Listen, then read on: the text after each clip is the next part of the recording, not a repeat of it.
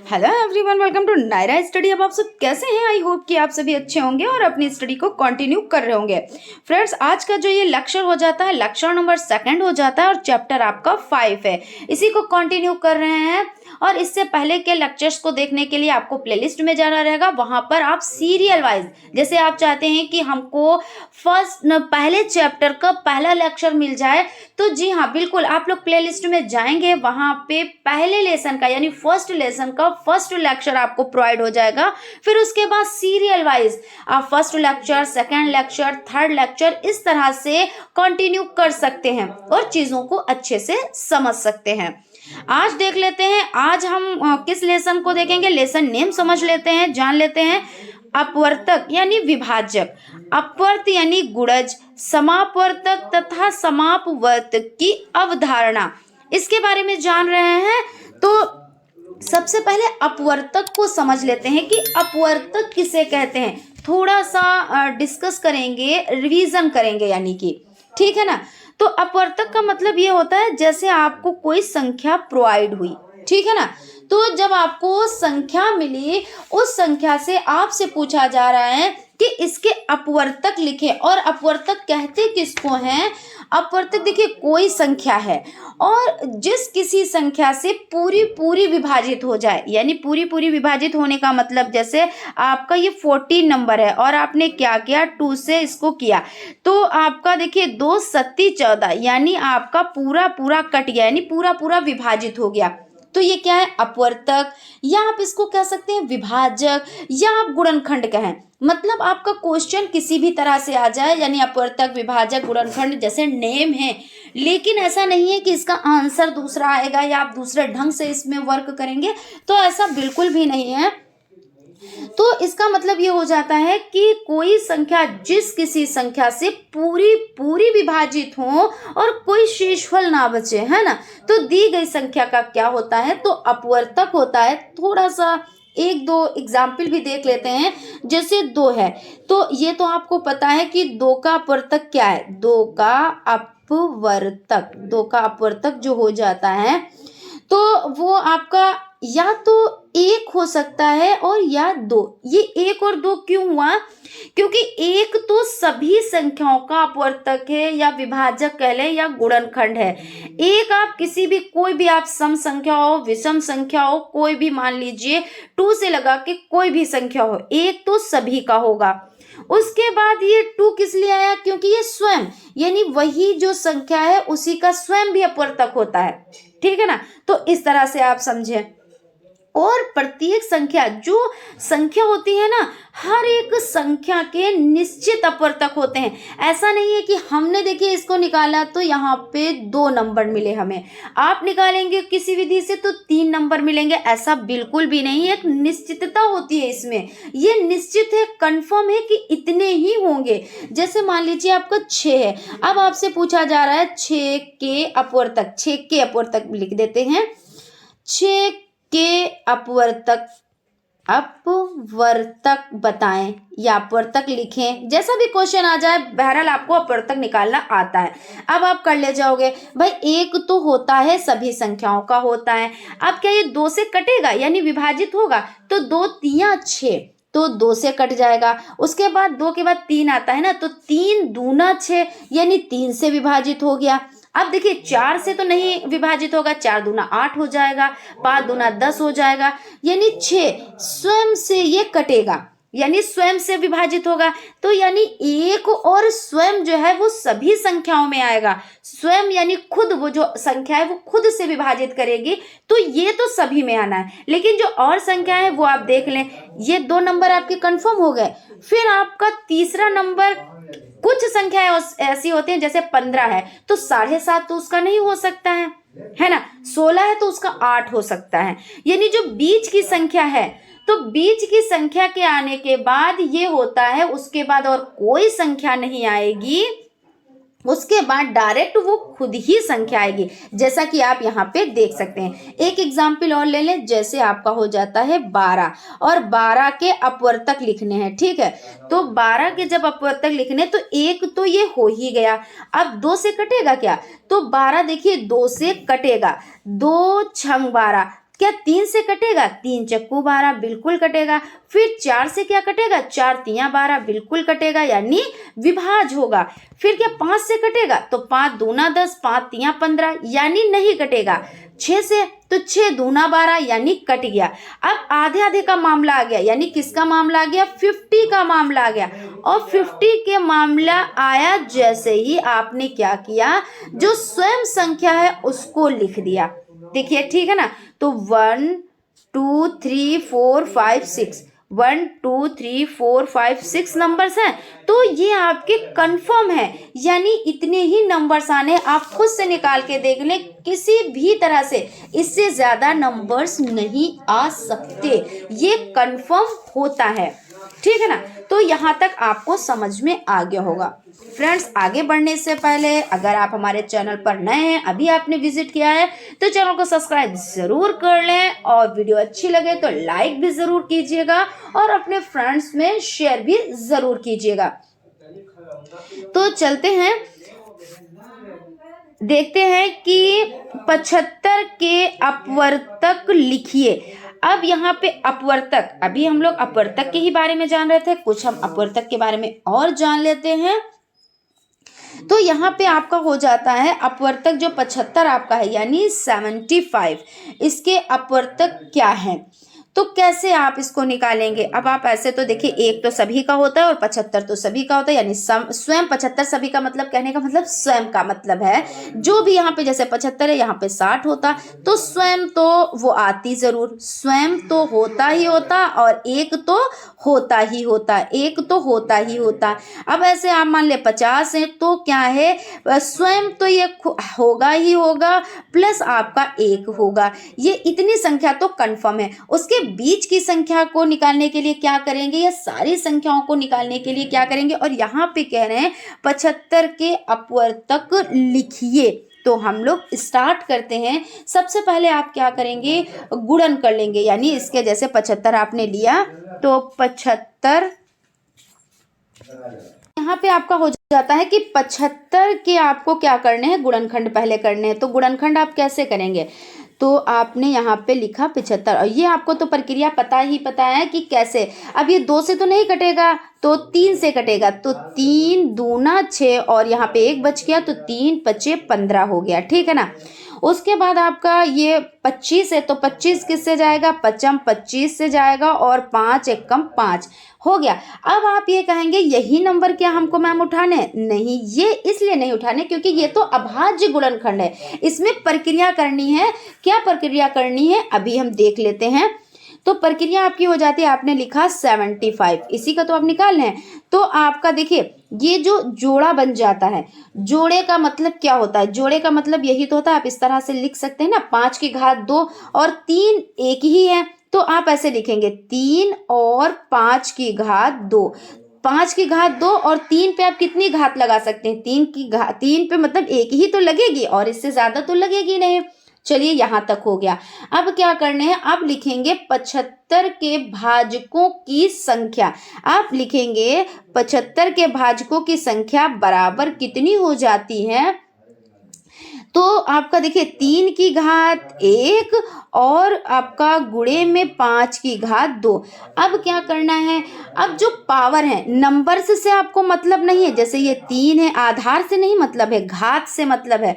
तो यहाँ पे ले लेते हैं, यहाँ पे जगह नहीं है इसलिए, तो हम सिर्फ घात उठाएंगे। नंबर ये जो आधार है, क्योंकि कहते नहीं, जो नीचे संख्या होती है वो आधार होती है, जो ऊपर संख्या होती है वो घात होती है, तो हम घात को उठाएंगे। घात को उठाने के बाद हम क्या करेंगे, उसमें एक ऐड कर देंगे, यानी एक घात में प्लस हम 1 कर देंगे, और हम इस तरह से छोटा ब्रैकेट लगा देंगे, और उसके बाद गुणा कर दे, गुणे का निशान लगाएंगे। उसके बाद यहाँ पे 2 है, 2 घात हमने उठा ली, और इसमें 1 ऐड कर दिया ना। अब आपको क्या करना है, देखिए यहाँ पे, अब इसको प्लस करके और गुणा करना है। तो जब आपने प्लस किया, 1 1 और 2 हो गया, और गुणे 2 और 1 3 हो गया। ठीक है ना। और इसको आप करेंगे तो 6, यानी टोटल कितने निकल कर आए, तो जो आपका 75 नंबर है, इसके जो अपवर्त निकल कर, यानी अपवर्तक निकल कर आए, वो टोटल 6 निकल कर आए। ठीक है ना।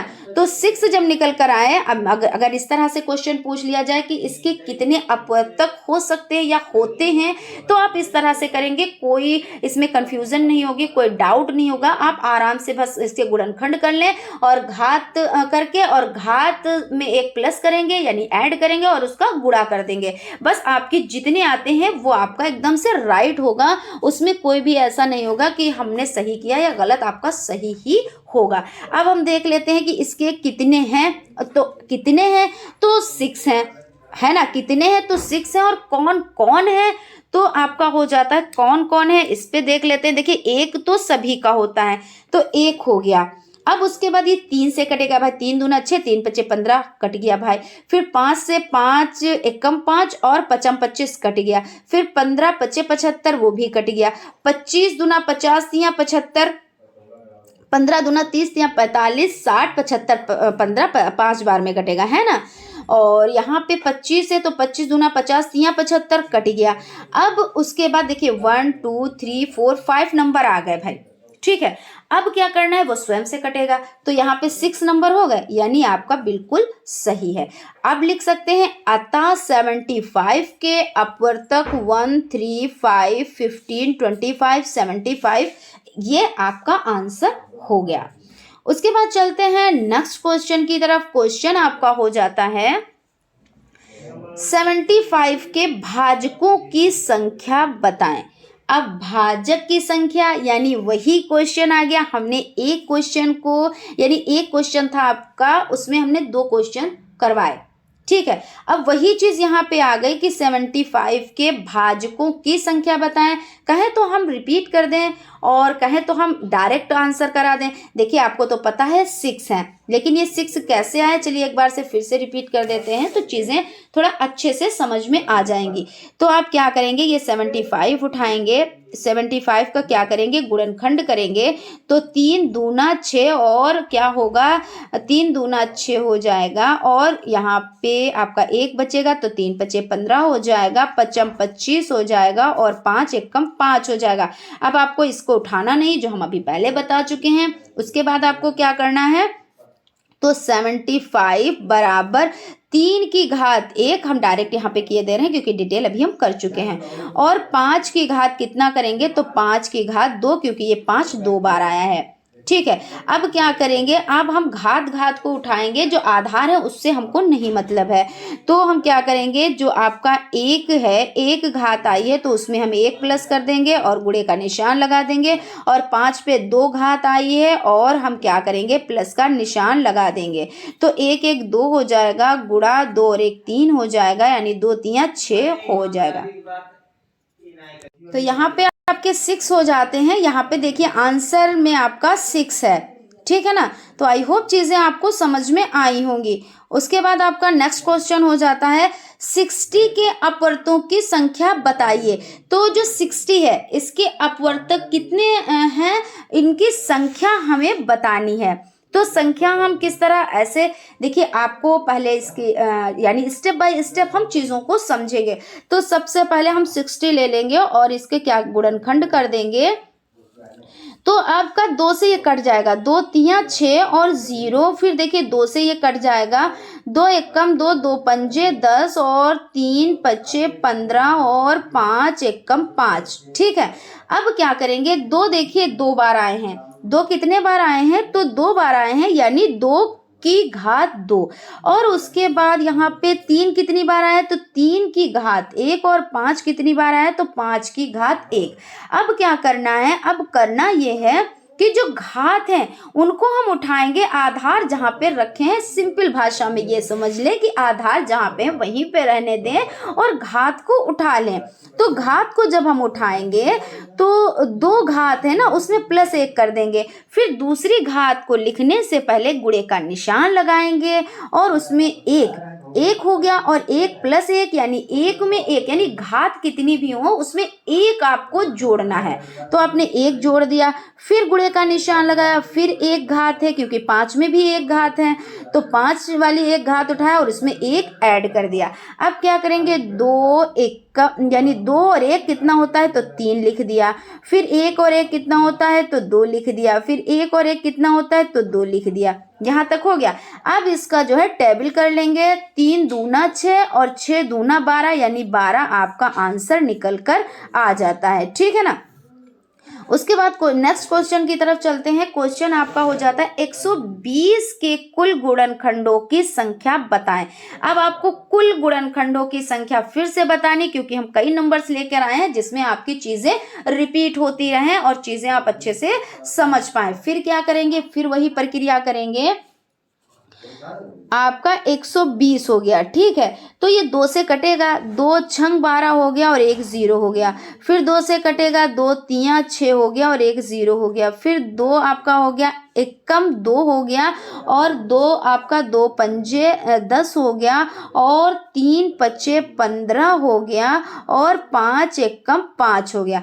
अब आप क्या करेंगे, 2 की घात 3 है ना, क्योंकि यहाँ पे देखिए आपने जब किया इसका गुणनखंड किया तो कितना आया, 2 गुणे 2 गुणे 2 यानी 3 बार 2 है और 3 गुणे 5 यानी 1 बार 3 और 1 बार 5 ये हो गए। अब 2 की घात 3 आप घात में इस रूप से लिख लेंगे। फिर उसके बाद 3 क्योंकि 1 ही बार आया यानी 1 घात, उसके बाद 5 भी 1 बार आया यानी 1 घात। अब क्या करना है, जो आधार है उनको अपनी जगह पे ही रहने दो और जो उसकी घाते हैं उनको उठाना है और घातों में 1 प्लस करना है। तो घातों में जब 1 प्लस करेंगे तो 3 है यहाँ पे, तो 3 प्लस 1, दूसरी घात लिखने से पहले गुणे का निशान लगाएंगे और 1 क्योंकि 3 में 1 घात है तो 1 प्लस 1 गुणे का निशान लगाएंगे। फिर 5 की घात 1 तो यानी 1 प्लस 1 ये हो जाएगा। तो 3 और 1 4 और 1 1 2 और 1 1 2। अब क्या करेंगे, टेबल कर देंगे यानी गुणा कर देंगे। तो 4 दूना 8 और 8 दूनी 16 यानी 16। इसका आंसर क्या हो जाएगा, 120 के कुल गुणनखंडों की संख्या बराबर 16 आंसर। आप ऐसे भी लिख सकते हैं कि अतः, है ना, अतः 120 के कुल गुणनखंडों की संख्या 16 है। ठीक है। तो यहाँ पे ये भी देख ले कौन कौन से, अब ये भी क्वेश्चन आ सकता है, ऐसे भी आ सकता है कि 120 के कुल गुणनखंडों की संख्या बताएं। तो आप इस तरह से लिख सकते हैं। तो इसमें ये तो नहीं आया निकल के कि कौन कौन से 16 हैं, तो कौन कौन सी 16 है तो ये भी समझ लेते हैं। तो यहाँ पे सादा पेज ले लेते हैं और इस पे वर्क कर लेते हैं। ठीक है। तो कितने का देखना है, 120 का, ठीक है ना। तो 120 का एक तो सभी का होता है तो एक तो आपका हो गया।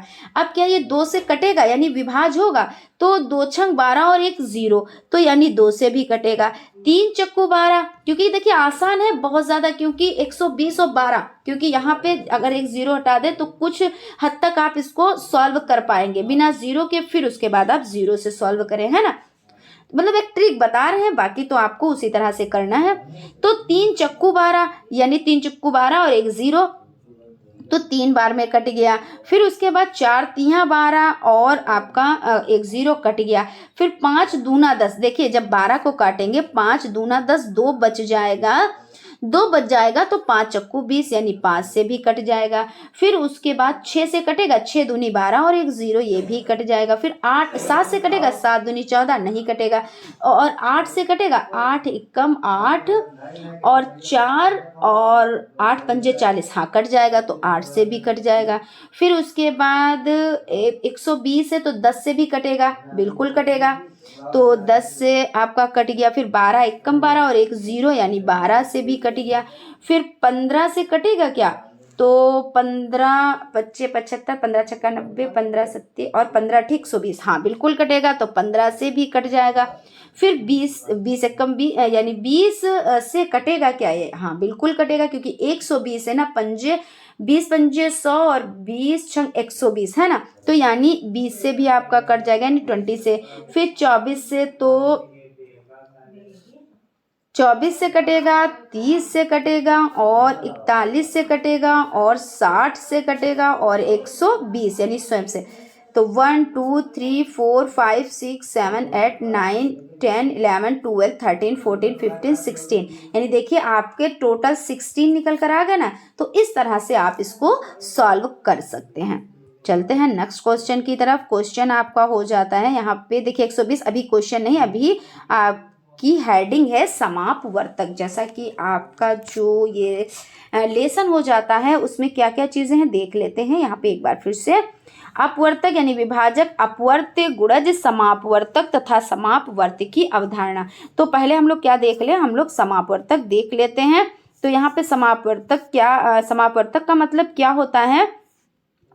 समापवर्तक आप इस तरह से समझें, दो या दो से अधिक संख्याओं के उभयनिष्ठ गुणनखंडों अपवर्तकों को समापवर्त यानी समापवर्तक कहते हैं। यानी क्या कहने का मतलब है कि दो या दो से अधिक संख्याओं के उभयनिष्ठ गुणनखंडों, यानी अभी आप क्या कर रहे थे, अभी जब आप अपवर्तक निकाल रहे थे तो उसमें एक संख्या आपको दी गई, उसमें आपको निकालना है।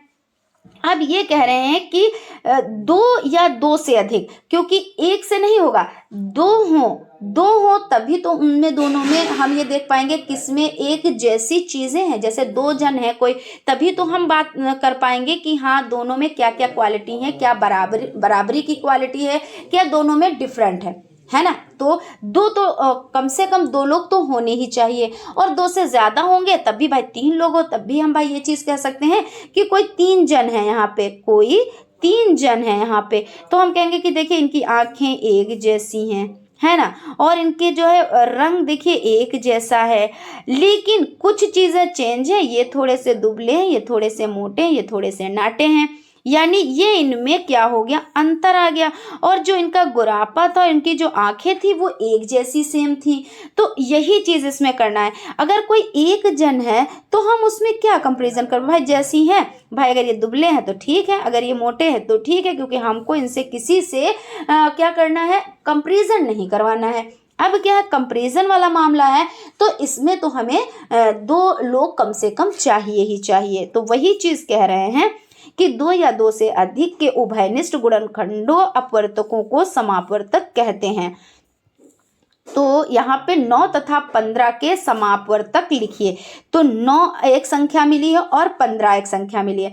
तो अब देखिए 9 किससे किससे कट सकता है, यानी गुणनखंड किससे किससे हो सकते हैं। तो 9 देखिए एक से तो जाएगा ही जाएगा, बिल्कुल जाएगा। 2 से जाएगा, नहीं जाएगा भाई, 2 चक्कू 8, 2 पंजे 10, 9 बीच ही में रह गया। फिर 2 और 3, 3 तियां 9, हाँ बिल्कुल जाएगा। फिर 4 दूना 8, 4 तियां 12 नहीं कटेगा। 5 दूना 10 हो जाएगा, 6 दूनी 12 हो जाएगा, 7 दूनी 14 नहीं कटेगा, यानी 8 दूनी 16 नहीं कटेगा, 9 स्वयं से कटेगा, यानी 3 इसके अपवर्तक हो गए। ठीक है। उसके बाद 15 के कितने हैं, तो एक तो होता ही होता है, 2 नहीं, 2 सती 14, एक बीच में रह जाएगा। फिर 3 पचे 15, हाँ 3 से कटेगा, यानी गुणनखंड 3 से होगा इसका। फिर उसके बाद 4 से नहीं कटेगा भाई, 4 चक्कू 16 हो जाएगा, या 4 तियां 12 हो जाएगा, बीच में वो रह गया। फिर 5 तियां 15 हो जाएगा, और 15 तो 15 खुद से, यानी यहाँ पे समझ लें, देखिए एक ये हो गया, तो एक जैसे दोनों में एक खूबी आ गई कि भाई इन दोनों का रंग गोरा है। वो चीज जैसे यहाँ पे विद एग्जाम्पल चीजों को समझना, जिसमें आप लोगों को समझ में आए, ये चीज यहाँ पे हो गई। और बाकी देखिए यहाँ पे और क्या कहा था कि भाई आंखें एक जैसी हैं, यानी देखिए 3 और 3 दोनों में एक जैसे हैं। फिर उसके बाद देखिए कोई लंबा है, कोई मोटा है, कोई छोटा है, कोई बड़ा है, तो इससे नहीं, ये नहीं हुए।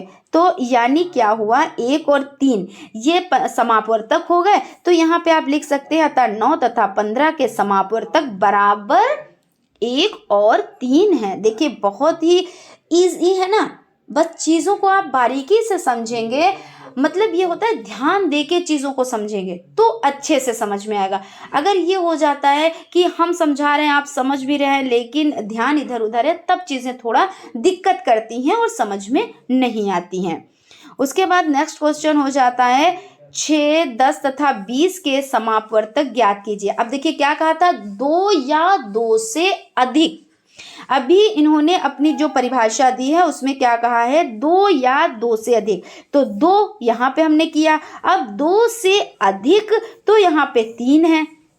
अब क्या करेंगे, वही प्रक्रिया करेंगे। सबसे पहले जो प्रक्रिया करनी होती है वो करनी यही होती है कि 6 के अपवर्तक।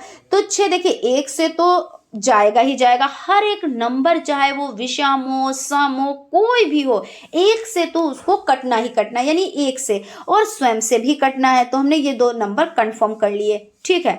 और उसके बाद यानी हम ये आसानी के लिए बता रहे हैं, लेकिन आप क्या करेंगे, आप इसको सीरियल वाइज करेंगे, लेकिन हम कंफर्म की इसलिए कि आप लोगों को थोड़ा आसान लगे चीजें, है ना। तो एक तो ये हो ही गया। उसके बाद क्या, एक के बाद दो से ये 6 कटता है, तो 2 तिया 6 बिल्कुल कट रहा है। फिर यानी कटने का मतलब गुणनखंड हो रहे हैं, है ना, इससे डिवाइड हो रहा है, पूरा पूरा डिवाइड हो रहा है। उसके बाद 2 के बाद क्या 3 से कटेगा, तो बिल्कुल 3 दूना 6 होता है, तो यानी 3 से भी कट गया। और 6 यानी स्वयं से भी कट गया, यानी 6 स्वयं से भी विभाजित हो गया पूरा पूरा। वो तो स्वयं से तो भाई पूरे पूरा विभाजित होगा कि भाई 6 कम 6, है ना, तो ये चीज हो जाती है। फिर उसके बाद 10 के अपवर्तक क्या है, तो एक देखिए फिर वही कंडीशन आई, एक से तो इसको कटना ही कटना है, स्वयं से तो इसको कटना ही कटना है। अब बीच की क्या संख्या है, तो 2, 2 पंजे 10 हो जाएगा, 3 से कटेगा, 3 तिया 9 ही रह जाएगा, एक बच जाएगा, 4 तिया 12 हो जाएगा, या 4 दूना 8 हो जाएगा, यानी 10 पे नहीं पहुंचे। फिर 5 दूना 10 बिल्कुल कट गया। अब आधे आधे पे बात जब आ जाती है, यानी 50 का मामला आ जाता है, तो क्या होता है कि उसके बाद कोई संख्या नहीं आती है स्वयं के अलावा। तो स्वयं के अलावा जब कोई नहीं आएगी तो हमने स्वयं कर दिया, यानी यहाँ पे 4 आ गए, 4 नंबर्स आपको प्रोवाइड हो गए, 1, 2, 5 और 10 प्रोवाइड हो गए। अब नेक्स्ट चलते हैं 20 के अपवर्तक। अब देखिए पहले तो आप उस तरह से भी कर सकते हैं जैसा अभी हमने आपको बताया कि उसके गुणनखंड करें फिर उसकी घात करें, लेकिन ये छोटे नंबर्स हैं तो इसमें हमें नहीं लगता कि इस तरह से आपको इतनी लंबी प्रक्रिया करनी रहेगी। आप ऐसे ही देख के ही आप उसमें कर लेंगे। अगर कहीं पे दिक्कत है इस तरह की और आप नहीं कर पा रहे हैं तो उस तरह से आप पहले गुणनखंड करें, उसकी घातों को उठा लें और घातों में क्या करें, एक ऐड कर दें। घातें चाहे जितनी भी बने, 1 बने, 2 बने, 3 बने, कितनी भी घात बने, लेकिन उसमें आपको एक ऐड करना है। दूसरी घात लिखने से पहले क्या करना है, गुणे का निशान लगाना है। और जितनी इस तरह से घातें हैं बार बार आपको क्या करना है, एक ऐड करके और उसके बाद दूसरी घात लिखने से पहले आपको गुणे का निशान लगा देना है, ठीक है ना। उस तरह से आप कर लेंगे, लेकिन ये छोटे छोटे नंबर्स हैं तो हम इसी तरह से इसको सॉल्व कर लेंगे। टाइम की भी तो बचत करनी, क्योंकि एक ही घंटे में तो पेपर देना होता है ना, तो वहां पे फिर दिक्कतें आ जाती है। आप लॉन्ग विधि से अगर वर्क करेंगे, क्योंकि जब अगर ऑब्जेक्टिव टाइप में आ गया तो आप अगर लॉन्ग विधि में करने बैठ गए तो सारा टाइम इसी में चला जाएगा। तो आप क्या करें, जब शॉर्ट विधि में आए, है ना, शॉर्ट मेथड में आए, तो आप क्या करें, आप थोड़ा सा शॉर्ट में वर्क करना करें। लेकिन जब लॉन्ग में आ जाए, जैसे अति लघु में आता है, लघु में आता है, तब तो आपको स्टेप मार्किंग भी उसमें मिलती है ना। तो स्टेप मार्किंग के लिए आपको पूरा वर्क करना रहेगा। चलिए यहाँ पे ये चीज हो गई। तो 20 के अपवर्तक हम लोग निकाल रहे हैं, तो 20 के कैसे, एक तो एक होता ही है, तो 2 एक कम 2 होता है 0, फिर 4 पंजे 20 और 5 चक्कू 20 और 10 दूना 20, और इसके अलावा नहीं कट सकता क्योंकि 8 दूनी 16 और 8 दूनी 16 और 8 दूनी 8, 8 दूनी 16, 8 24 हो जाएगा, नहीं कटेगा। उसके बाद आपका ये सारी संख्याओं से नहीं कटेगा, यानी 10 और 20, यानी 1 2 3 4 5 6 नंबर्स आए हैं। अब इसमें देखें भाई किसका रंग मिल रहा है, किसकी आंखें मिल रही हैं और किसकी लंबाई चौड़ाई मिल रही है, वो चीज देखनी है ना। तो एक तो सभी में मिलता ही है, तो वो तो हो ही गया, वो एक कंफर्म है।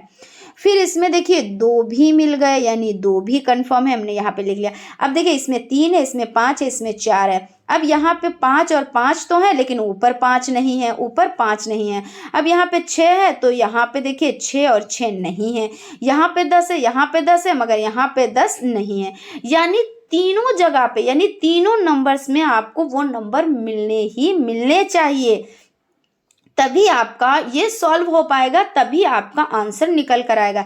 यानी 2 ही नंबर निकल कर आए, यानी 1 और 2, तो इस तरह से आपका हो जाता है। अतः 6, 10 तथा 20 के समापवर्तक 1 और 2 हो जाते हैं।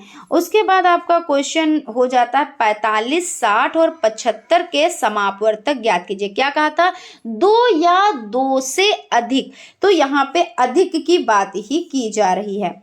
अब 45 के आपको निकालने हैं अपवर्तक, फिर 60 के अपवर्तक। देखिए अपवर्तक जैसे आपने निकाला वैसे आप इसको, इसमें उसमें सिर्फ सिंगल सिंगल पूछा गया था, इसमें क्या है 2 या 2 से अधिक पूछा गया है, तो आपको उसी तरह से निकाल लेना है। और जब निकाल लेना है फिर आपको क्या करना है, फिर आपको उसी तरह से इसमें देख लेना है कौन कौन तीनों में आए हैं। जो तीनों नंबर्स में आते हैं नंबर्स, वही आंसर होता है। तो 45 के देखिए क्या हो जाते हैं, 1 हो गया, 3 हो गया। भाई देखिए 3 कैसे हो गया, तो आप इसके गुणनखंड भी पहले कर सकते हैं, है ना। आप इसके उसी तरह से गुणनखंड करके घाते लगा के आप इसको सॉल्व कर सकते हैं। और अगर आप इस तरह से करना चाहें तो देखिए 1 हो गया, तो 3 एकम 3, 3 पचे 15 हो गया। फिर 4 से तो नहीं जाएगा क्योंकि यहाँ पे विषम संख्या है। फिर 5 9 45 चला गया। फिर 6 8 48 नहीं जाएगा। फिर 7 7 49 ये भी नहीं जाएगा। 8 8 64 और 8 एकम 8 8 16 3 24 8 चक्कू 32 8 पंजे 40 8 छंग 48 हो गया, नहीं गया। 9 पचे 45 चला गया। फिर 10 से भी नहीं जाएगा, 10 या 40 रह जाएगा, 50 पे चला जाएगा। 11 दूना 22, 11 तेरह 43, 11 चौक 44, 11 एकम 11, 11 दूना 22, 11 तेरह 33, 11 चौक 44 या 11 पच्चे 55 बनेगा, नहीं जाएगा। फिर 12 एकम 12, 12 दूना 24, 12 तिया 36, 12 चौक 48 नहीं जाएगा। फिर 13 से भी नहीं जाएगा, 13 तिया 39 से रह जाएगा। फिर 14 दूना 28 नहीं जाएगा इससे भी। तो 15 यानी 15 तिया 45 जाएगा और 45 स्वयं से कटेगा। यहाँ तक हो गया, ये आपके इतने निकल कर आ गए। अब 60 का तो ऐसे ही आप कर ले, जैसे 6 का करते हैं उसी तरह से पहले 60 का करें। यानी देखिए 1 से जाएगा, 2 तिया 6 और 1 0 यानी आपका हो गया। फिर 3 दूना 6 1 0 यानी 60 हो गया, 3 से भी गया। फिर 4 से यहाँ तक तो आपने सिंपली तरीके से निकाल लिया, जैसे 6 का निकालते हैं वैसे 60 का। फिर 4 से ये इस तरह जाएगा जैसे आपका 6 है, यानी 6 और 0 60 है। तो 4 एकम 4 और यहाँ पे बच गया 2 और 4 पंजे 20 कट गया, तो यानी 4 से भी कट गया। फिर उसके बाद आपका क्या 5 से कटेगा, तो 5 एकम 5 और 1 बचा, तो 5 दूना 10 कट गया। फिर 6 एकम 6 और 1 0 कट गया। फिर 7 से नहीं कटेगा, 8 से नहीं कटेगा, 9 से नहीं कटेगा, 10 से कटेगा। भाई 10 से तो जाएगा ना पूरा पूरा, क्योंकि 10 छंग 60 हो जाएगा।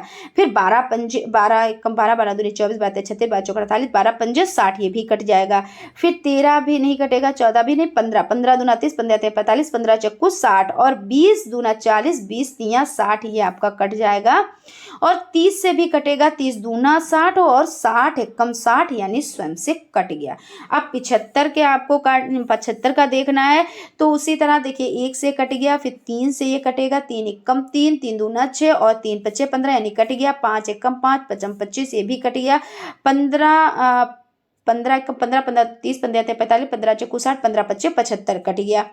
फिर 25 से कटा, 25 एकम 25, 25 दूना 50, 50 25 या 75, इन सब पे हम उस तरह से भी बता चुके हैं, इसलिए यहाँ पे नहीं वो मेथड नहीं कर रहे हैं, अभी हम लोगों ने किया है, ठीक है ना।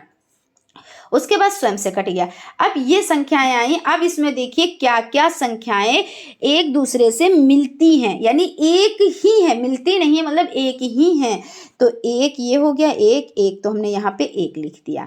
अब उसके बाद देखिए 2, देखिए इसमें है ही नहीं, तो 3 हम देखेंगे, तो 3 यहाँ पे भी है, 3 यहाँ पे भी है और 3 यहाँ पे भी है, तो हमने 3 भी यहाँ पे लिख लिया।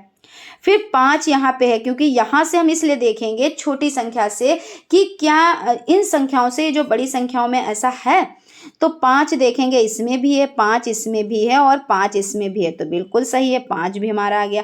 अब क्या है, 9 देखिए इसमें है लेकिन इसमें नहीं है, दूसरे नंबर में और तीसरे में भी नहीं, यानी इसको काट दिया। फिर 15, तो देखिए 15 इसमें भी है और 15 इसमें भी है और 15 इसमें भी है, यानी 15 हो गया। अब उसके बाद देखिए 45 है, तो 45 किसी में भी नहीं। 75 है, तो 75 इसमें है ही नहीं। 25 है, तो किसी में नहीं है, यानी 1 3 5 और 15 ये आपका आंसर हो जाता है। तो अतः 45 60 75 के समापवर्तक 1 3 5 15 हो जाते हैं, ठीक है ना। तो इस तरह से यहाँ पे आप लोगों के देखिए समापवर्तक के भी हम लोगों ने क्वेश्चंस को कंप्लीट किया। आई होप आप लोगों को चीज़ें समझ में आई होंगी। क्यों भाई, क्योंकि देखिए जो अपवर्तक हम लोगों ने पढ़ा, अपवर्तक से ही रिलेटेड समापवर्तक है। अपवर्तक में हमने क्या किया, एक नंबर के गुणनखंड किए, है ना, यही तो किया। और समापवर्तक में क्या किया कि 2 या 2 से अधिक नंबर्स, है ना, गुणनखंडों को, यानी 2 या 2 से अधिक उभयनिष्ठ, यहाँ पे देख सकते हैं संख्याओं के उभयनिष्ठ गुणनखंडों को क्या कहते हैं, तो समापवर्तक कहते हैं। तो इनको हम लोगों ने पहले सॉल्व किया, फिर उसके बाद क्या चीज देखी, उसके बाद क्या चीज देखी कि इसमें कौन कौन से नंबर एक जैसे हैं। जो एक जैसे होते हैं तो वही नंबर्स क्या होते हैं, उन्हीं नंबर्स को ले लिया जाता है, वही नंबर्स हमारे आंसर होते हैं, है ना। तो ये चीजें आपकी समझ में आ गई होंगी। और सिंपल भाषा में हम आपको बता दें कि समापवर्तक का मतलब ये होता है जैसे दो कोई लोग हैं तो इनमें ये देखा जाता है किसी का रंग, अगर दोनों का रंग गोरा है और इसका भी रंग क्या है, रंग गोरा है, तो यानी ये इनमें एक जैसी खूबी हो गई। तो यानी ये आपने उठा लिया, यानी गोरा रंग उठा लिया। उठाने का मतलब ये नहीं कहीं और से उठा लिया, जो आपके आंसर की बात। अब ये लंबाई दोनों की 5 फुट 5 इंच है, तो 5 फुट 5 इंच ही है, तो यहाँ पे हमने लंबाई भी दोनों की उठा ली। तो यानी गोरा रंग और लंबाई, यानी ये आंसर आपका हो गया। इस तरह से आप चीज़ों को समझेंगे तो चीज़ें बहुत अच्छे से समझ में आई होंगी। आई होप आप लोगों को सेशन अच्छा लगा होगा, चीज़ें समझ में आई होंगी। और अगर कहीं पर भी कोई डाउट या कन्फ्यूज़न रह गया है तो आप लोग कमेंट बॉक्स में कमेंट कर सकते हैं, हम उसका रिप्लाई आप लोगों को ज़रूर देंगे। तो फ्रेंड्स, मिलते हैं नेक्स्ट क्लास में। Thank you.